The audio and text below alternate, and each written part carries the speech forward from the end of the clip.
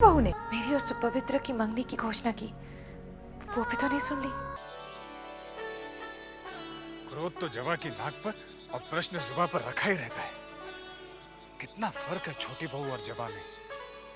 छोटी बहू जितनी शांत है, जबा उतनी ही अशांत, लेकिन सुंदरता में दोनों समान है।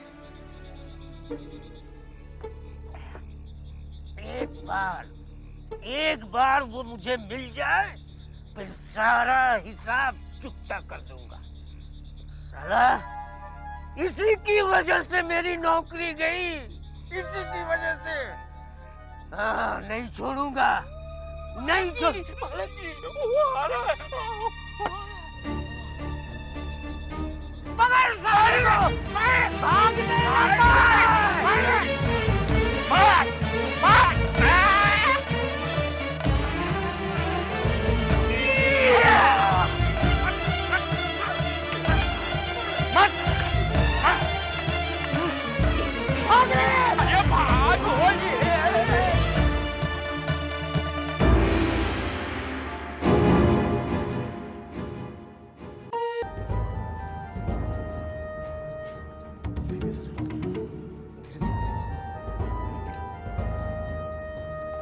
तू जा, जल्दी डॉक्टर बाबू को खबर दे। ठीक है, अभी बुला रहा हूँ।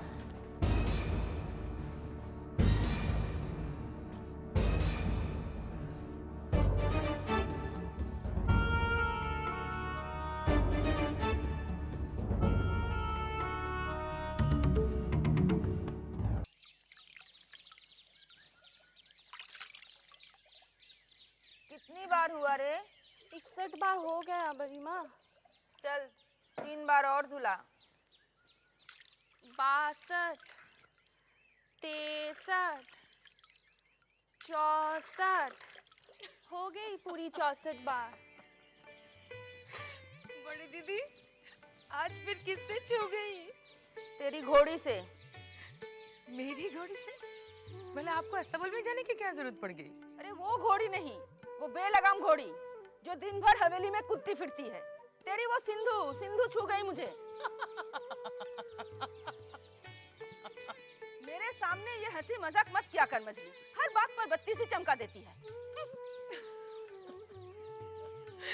संभल के जाइएगा दीदी, कहीं वो बेलगाम घोड़ी फिर से न छू जाए।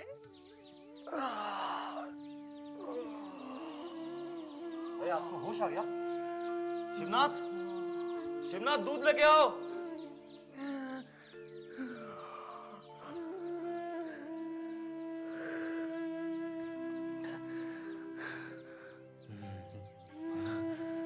मैं कहाँ हूँ? परेशान मत होइए, आप युवक संघ की सेवा में हैं। आपको 2 दिन बाद होश आया है। क्या? हाँ, चोट की वजह से काफी खून बह गया था। बेहोशी में कुछ खा पी भी नहीं सके। दूध पी के थोड़ा आराम कीजिए। शिवनाथ, पी लीजिए। लीजिए, दूध पी लीजिए।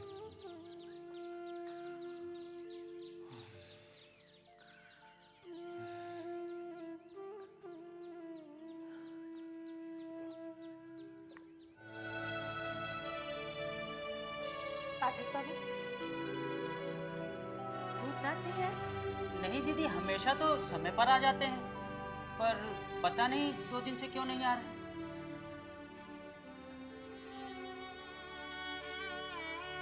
अच्छा, ठीक है।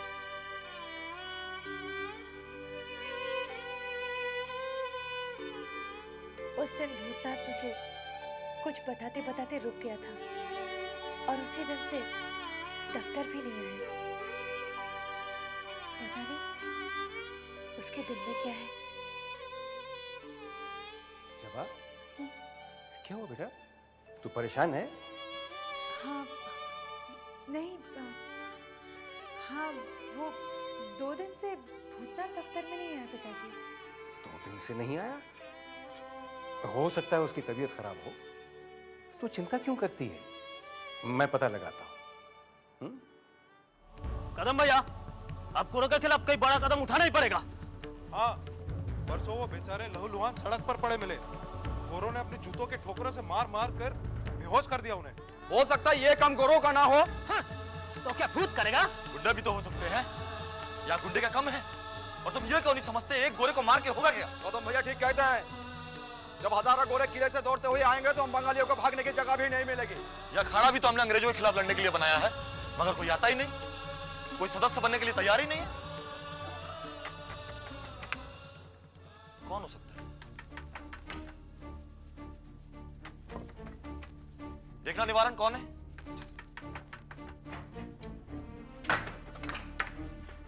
बड़े भाई आए हैं। प्रणाम भैया। प्रणाम बड़े भैया। और क्या हो रहा था? कुछ नहीं बड़े भैया, बस गोरों को लेके बात हो रही थी। 2 दिन पहले उन्होंने एक आदमी को मार मार के बेहोश कर दिया। वो तो अच्छा हुआ कि हम लोग सब वक्त पे पहुंचे और उसे यहाँ ले आए। अच्छा, कहाँ है वो?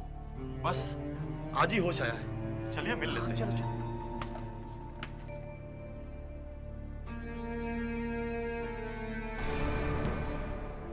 भाई साहब आप?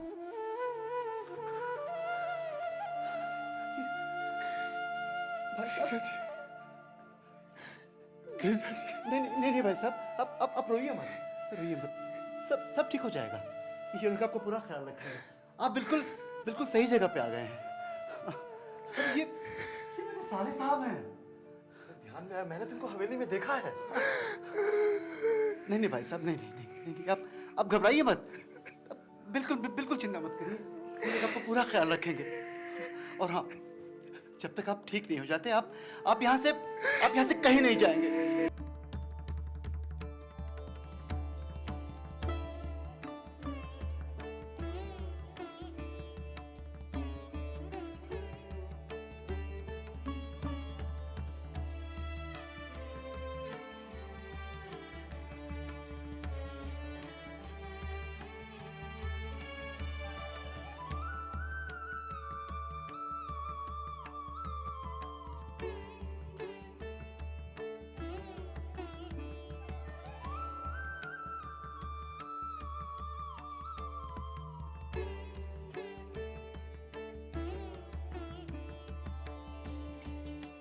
क्या है? कैसी लग रही हो? अच्छी हो, बुरी तो नहीं लग सकती ना।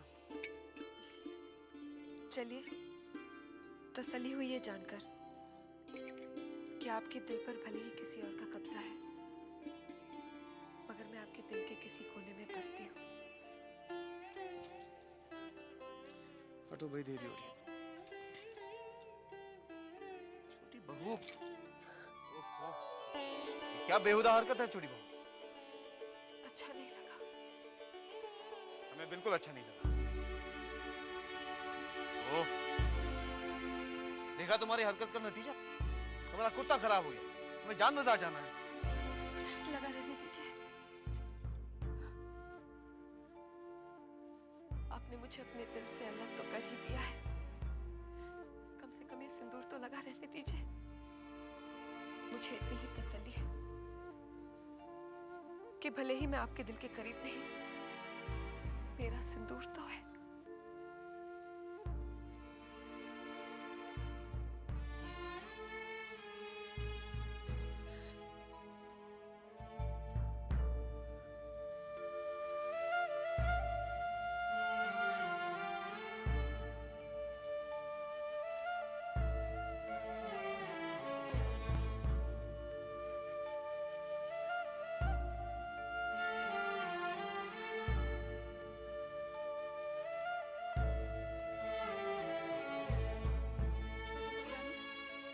मोहिनी, सिंदूर का असर तो हो ही नहीं रहा।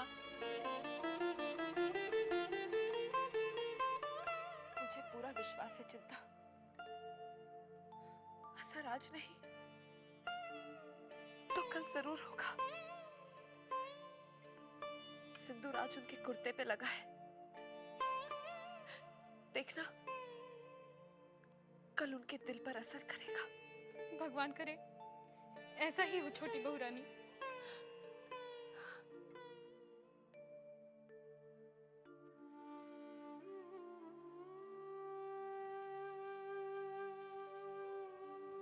जबा,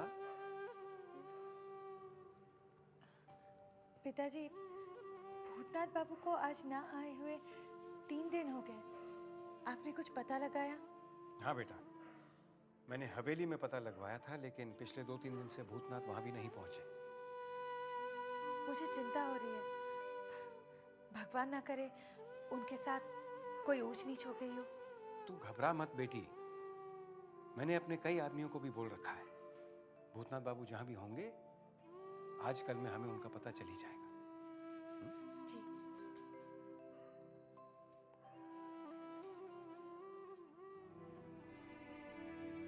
कहीं ऐसा तो नहीं मेरी सगाई की खबर सुनकर भूतनाथ का दिल टूट गया हो और वो गांव लौट गया हो?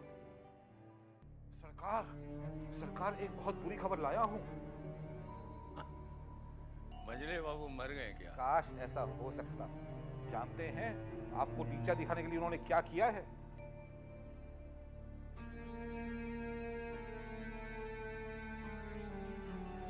क्या किया? सरकार खास लखनऊ से 2 जोड़ी शिराजी कबूतर 200-400 रुपए में नहीं, पूरे 1000 रुपए में मंगवाए हैं। इसमें नीचा दिखाने की क्या बात है? तो हम भी मंगवाते हैं। सरकार आपने मंगवाए थे 500 रुपए के, 1000 के मंगवा के उन्होंने आपको नीचा दिखाया कि नहीं?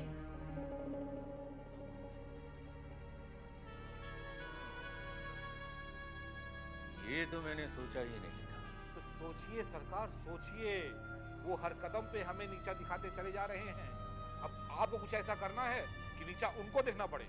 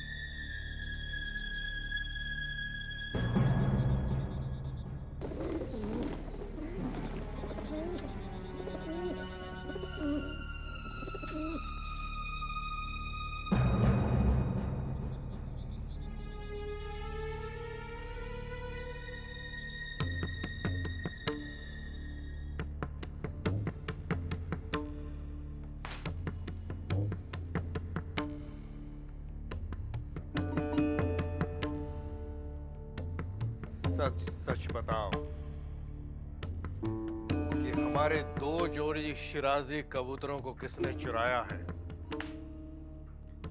वरना हम इस हंटर से तुम सब लोगों की खाल खींच लेंगे। सरकार, हमने इस हवेली का नमक खाया है सरकार। हम मर जाएंगे लेकिन नमक हराम ही नहीं करेंगे सरकार। हुजूर, आप अन्नदाता है हुजूर, आप चाहे तो हमारी चमड़ी उधेड़ सकते हैं, मगर माए बाप हमारा विश्वास कीजिए, ये चोरी जैसा घिनौना काम हमने नहीं किया सरकार। मैं अल्लाह पाक की कसम खाता हूँ सरकार, मुझे इस चोरी के बारे में कुछ नहीं मालूम। चुप रहो।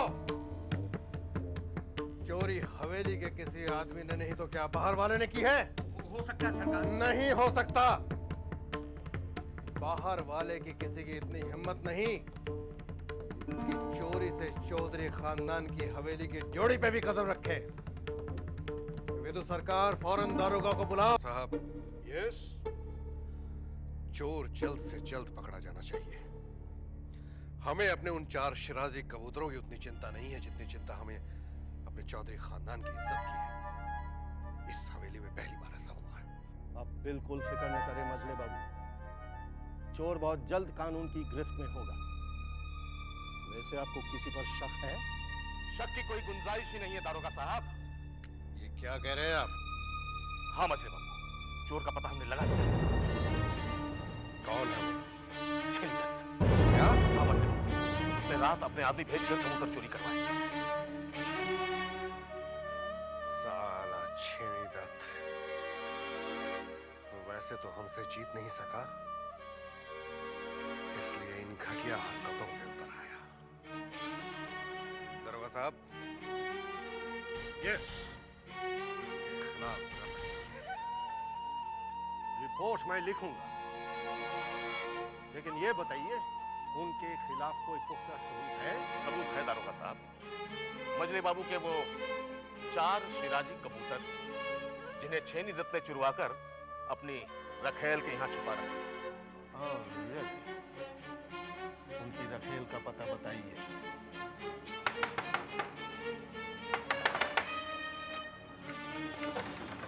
पुलिस? हाँ पुलिस, हमें तुम्हारे घर की तलाशी लेनी है। क्यों? हमें शक है कि मजले बाबू के चुराए हुए कबूतर तुम्हारे यहाँ छुपाए गए। नहीं नहीं नहीं, यहाँ पे कोई कबूतर नहीं है। हटो, अभी मालूम पड़ जाएगा। तलाशी लो पूरे घर की।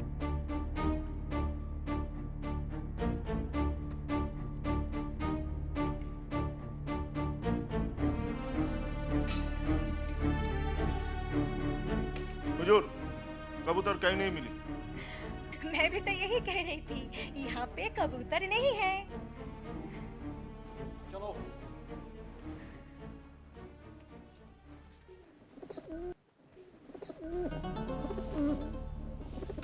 तो ये आवाज कबूतर की नहीं तो क्या मुर्गी की है? हाँ?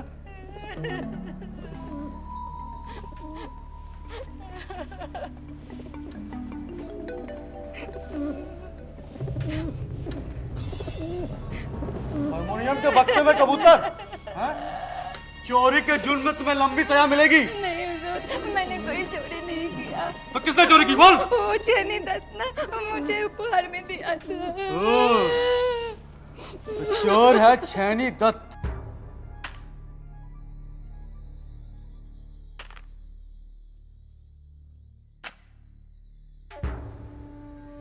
केस दबा दो। 1 2 3 4 5 6। केस अदालत तक पहुंचना चाहिए।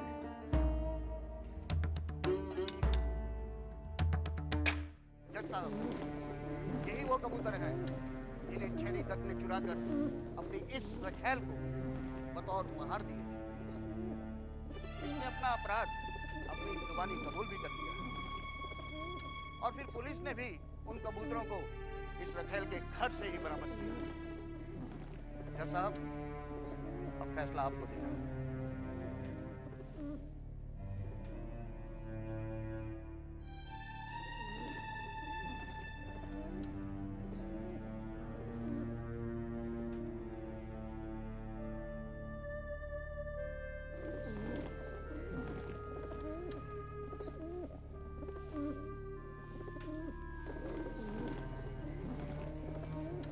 सारे सबूतों और गवाहों को मद्देनजर रखते हुए ये अदालत इस नतीजे पर पहुंची है कि वाकई एक कबूतर छेनी दत्त ने अपने आदमियों से चुरवाए।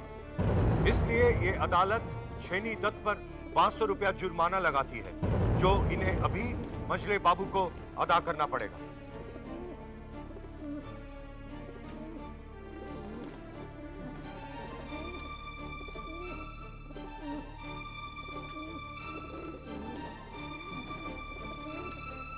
पैसा तो बहुत दूर की बात है, दुश्मन से तो हम हाथ तक नहीं मिलाते।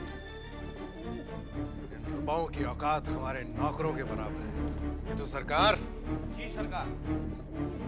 इन रुपयों को ले लो और हमारी हवेली के नौकरों में बांट दो। जो हुकुम सरकार।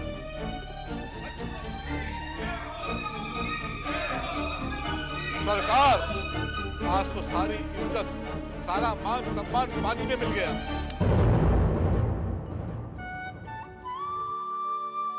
बंसी, जी बहू रानी। ये भूतनाथ कहाँ है? पता नहीं बहू रानी, 2-3 दिन से नजर नहीं आए। रोज तो हवेली में ही आता है ना? आवत तो रहे सोए के खातिर, चाहे जितनी रात हो जाए। अब मालूम नहीं क्या हुआ। तो पता कर, ऐसा ना हो किसी मुसीबत में फंस गया हो। बहुरानी हो सका था कि काम की वजह से दफ्तर में रुक गा हुई है। अब अगर आज रात ना ही आए ना तो हम कल सुबह जाके पता लगाओ। ठीक है? ठीक है।